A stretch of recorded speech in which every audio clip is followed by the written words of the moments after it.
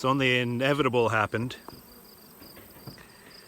I come down with probably a cough due to cold probably, but could be a flu. I feel like shit. So does my wife, so do my kids. Come down with it over the weekend. And last night all I could think about was I have 75,000 pounds of honey in the hot room to be extracted, and probably 75,000 pounds to be pulled off the hives this week and into next week. And how am I supposed to do that if I'm sick? If this happens to be COVID, because we don't know. If I'm not available to be able to work, or if I can't be around to direct my staff to work, how am I supposed to get all this work done? Because we have, almost 150,000 pounds to be extracted in the next 2.5 weeks, which is going to harden in 3 weeks if we don't get at it, because it's canola honey. Canola honey sets up really quickly, so we work as hard as we can to get this canola honey out of the comb into the barrel before it hardens on us. So it's kind of a race against the clock. That's all I could think about last night. So how do I deal with that in this COVID environment? I can't sacrifice my workload, and I can't sacrifice the health of my employees. But what put me to ease, which allowed me to sleep, is we've been implementing plans around the honey house, around the farm for the last, since I started bringing kids on to the farm to work for me. Just implemented procedure to help mitigate some of this risk. So we wear masks, we sanitize our hands, we wash our hands quite often.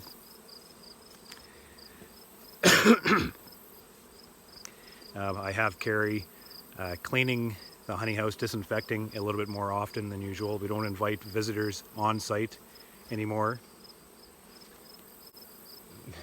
Step aside, I'm trying to make a video.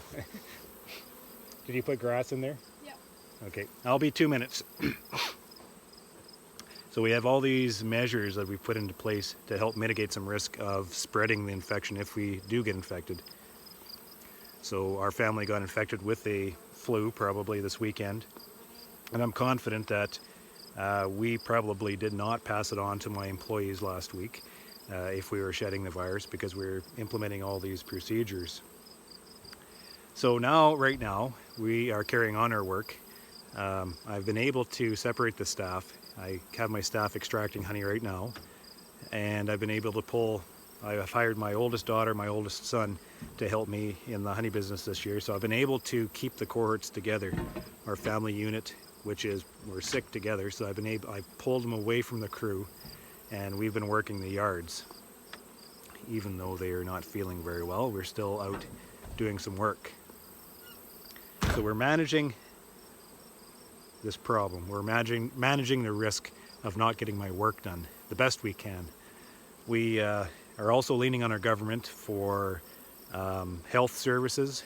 They provide testing to anybody who, is in a situation like us where we think that maybe we are susceptible.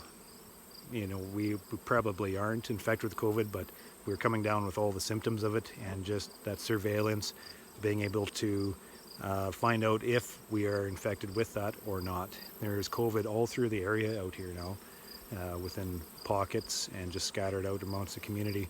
So you don't know. And by tapping into the government service like this, we got tested, we got the Q-tip shoved up our nose to take the test, and in about 24 hours, 48 hours, we should know for certain whether or not we are infected with this virus.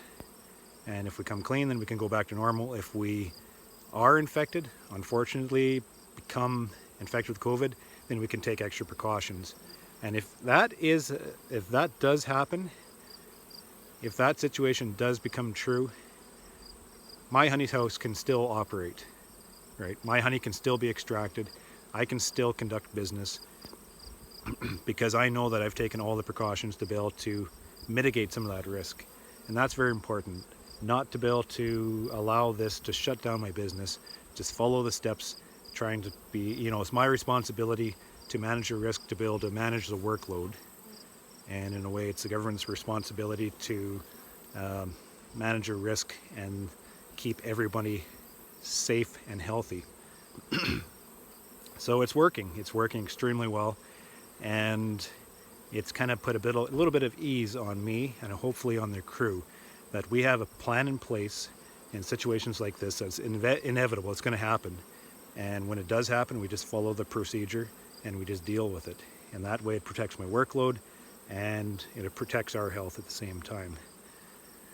So if I was thinking, laying last night in bed with this huge amount of pressure to get my workload done, and if I didn't have a plan or any procedure in place, it would have been so easy just to shrug it off and just ignore the situation and push through, try to get the work done.